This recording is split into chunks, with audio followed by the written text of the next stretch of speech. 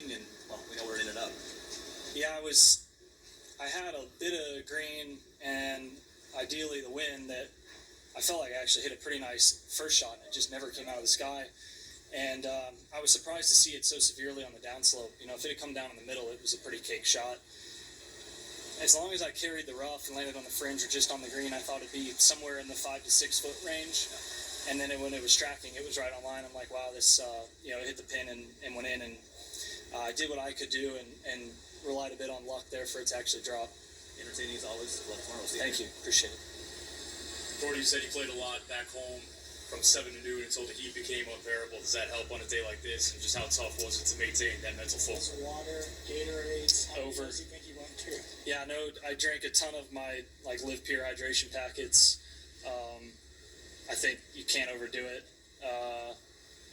And yeah, I mean, it was trying to force it down. I tried to force down food too. Just, got to just do anything to continue to have energy. Yeah, I mean, it was hot, but it's hot a lot. So I'm not going to sit there and say, well, we haven't had this kind of heat before, but coming from the Scottish and British, it was certainly a little bit different.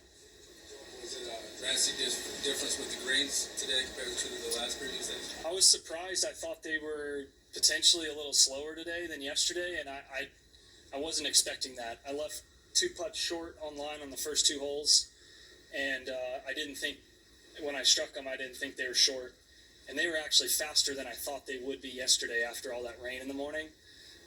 But they're always next to perfect, some of the best surfaces we see.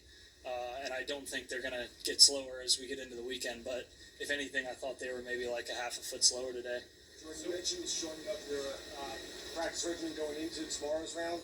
How do you balance? Do you want to work on stuff after the round today? Be tired? No. Yeah, Michael goes, are we hitting any after? I go, yeah, let's go play 9 at a course. Let's go walk 9 at a course near here. There's no chance. I did yesterday, and I just felt like I maybe overdid it just a little bit. I don't necessarily think it'll mean I'll spend less time, but I went out there and was trying to pepper numbers on the range like it was a normal practice session day, and I think I could probably hit half the shots in the same amount of time. So looking at up 9 to finish off, is that one's going to annoy you, linger a little bit? Not really, no. I thought the wedge I hit in was tracking in closer, and it kind of just dropped down, and it was probably 17, 18 feet. So I wish I'd hit it a little firmer, but I think it still would have missed on the right side. What are you doing after the decision made the process as the round goes on and you're only getting more tired?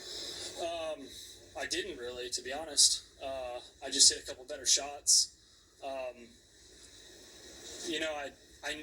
I will say after number three was probably one of the worst decisions I've made. I mean, Michael was all over, this isn't the shot. And I was like, I think I can pull this one off. And then I hit it, and I'm like, yeah, I can't really hook that out of this rough into this wind. After that, I was like, all right, if I'm playing well enough, just stop making the bad decisions, and we'll go under par from here. And so it was nice to be 1 under from there, even though it was a weird way of getting there. Jordan, does a day like today make you feel like you should be able to wear shorts? And if so, would it have made a difference? I don't think it would have made a difference at all. My shirt made me weigh 5 more pounds today. I don't think the pants added much to it. Honestly, I don't. Sure, if they gave us the option.